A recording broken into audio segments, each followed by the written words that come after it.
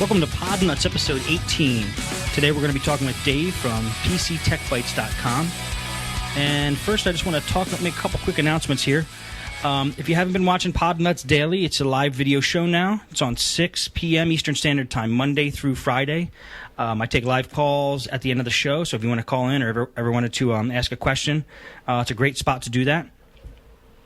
Use Skype, but you could also use a regular phone line. And that's all set up now.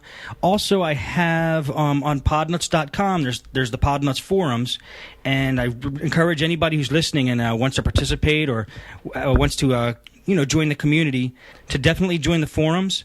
It's a great place to meet new people and receive a lot of great tech advice and give a lot of great tech advice. Lastly, if you want to follow us on Twitter, we're at podnutz.com/Twitter. Okay, now for the interview. Okay, we're here with Dave from PCTechBytes.com. Thanks for joining us, Dave. Steve, thanks for having me on your show. I really appreciate it. No problem. Like I was saying before, you're a local Philly tech guy. I seem to be running across a lot of them lately. I guess we're coming out of the woodwork these days. Are you from Philly originally? I'm from Delaware originally. I moved up here probably about 20 years ago. And I've been in the Philadelphia area since then. Oh, cool. Now, we talked a little bit before the call, and you said you had started your own computer repair business early on, and then you moved on to different things from that. Yeah, we started doing some home and office computer repairs and networking and stuff back in 2002. And it just got to the point where I found myself, basically I created PCTechBytes.com for myself when I was out in the field. What I would do is I would post links to my own website for my own benefit so that if I was out in the field, I'd have a place to go to get all my information from without having to lug around notes and stuff like that. If I came across certain problems with people's PCs, I would make notes of that and put them up on my website, and I would refer to them if I ever came across those problems again, just to keep myself fresh. And what happened over time was people just started emailing me because I guess they were hitting my site, unbeknownst to me, really, because I wasn't really focusing on the public at that point, saying, hey, great tutorial, you really helped me out. And, it just came to the point where I was like, why not just start a website for regular people? And that's how PC Tech Bytes was born back in 2002. Huh. That's interesting. So you would actually make notes on your own website so you can refer to them out in the field? Oh, yeah, definitely. And that turned into how it blossomed. That's pretty cool. Yeah. So in the early stages of PC Tech Bytes, you started posting like tutorials on how to perform certain things, and then what happens? People just started going to the site, and then how did it get as big as it is now? Like how did you blossom out into the forums and that kind of thing? Well, really, because we were getting so many emails back then from people asking questions, it just became, the next logical step. Right. For the site to create a message board, because it's impossible to answer so many emails, and moreover, it's impossible to keep track of all the emails when you're doing, multiple emails to the same person, and you forget who you're talking to after a while. The message board really helps keep things neat and clean, so you can track your problems with people and follow them up. Yeah, I agree. I ran into the same thing because Podnutz is a relatively young podcast, and as it's been progressing, I was getting too many questions over emails, and that is one of the main reasons I started the forums, because two reasons. That, and I didn't know the answers to everything, and there's probably people out there who do know the answers, who are willing to help. So I think the forums are fantastic.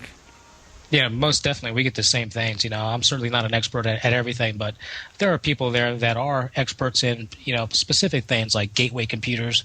Right. Each of the major brands have their own special, quirks to them. Right. And so it's good to have, multiple techs and multiple hobbyists on the site that can help people out, because they know things that I certainly don't know. Sure. So. When did you start the PC Tech Bytes website? PC Tech Bytes, the actual website, started in 2003, and the forum started later that year, I guess. Oh, cool. You have a lot of members there, I was noticing. We have 18,000. It's not a huge number compared to some of them. It's still a lot. But we don't let everybody just sign up, because some people, from overseas will want to sign up and spam you. And we certainly don't require that everybody that wants to read the forums sign up, which some of the forums do.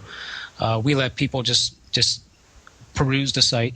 And if they want to ask a question, they sign up. But other than that, if they can get information off the site without signing up, that's fine. I agree. It's a great way to do it. And I actually have a link to your page from Podnutz because it is a great resource. And there's so many members in the forums, and there's so many topics that you cover that it's a great resource for any computer tech. I certainly use it all the time myself, too, because I'll forget things. And Exactly. I'll refer to it knowing that, a few years ago I wrote an article about it, so I'll go back to my site and search it. And I got to say, the Microsoft knowledge base, it really didn't exist back then like it is today. Really? And that site has really improved over the years. And that's basically why I wanted to create the website, was to make those type of knowledge base articles, and like I said, Microsoft knowledge base has really come together since then. So now, do you write all the articles for your site, or do you have other people contribute? Well, I write 99% of them, I should say. It's hard getting people to commit to writing articles. Sure. They say they want to, and then they can't follow through or whatever. Right. So I try to pick the things that interest me, and I research them, and I write articles about them, thinking that they can help other people. So I try to write them 100% of the time for myself. I also wanted to ask you, because I noticed you've been twittering about a new site you started. Do you want to talk about that, or? Yeah, well, basically, we got the PCTechBytes.com site. We have the PCTechBytes.net site, which is the actual forum site.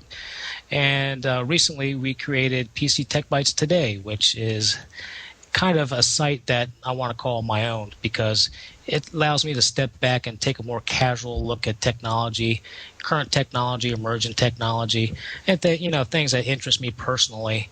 And I want to think of it more as like a webzine, magazine type thing for the internet that tech enthusiasts will find interesting. And it's a new site. It's still kind of trying to find its identity, but it enables me to write at a more casual tone than I would a technical tone, which is what I prefer. So it's not completely directed towards computer repair specifically. It's just technology in general. Yeah, anything to do with technology. Cool.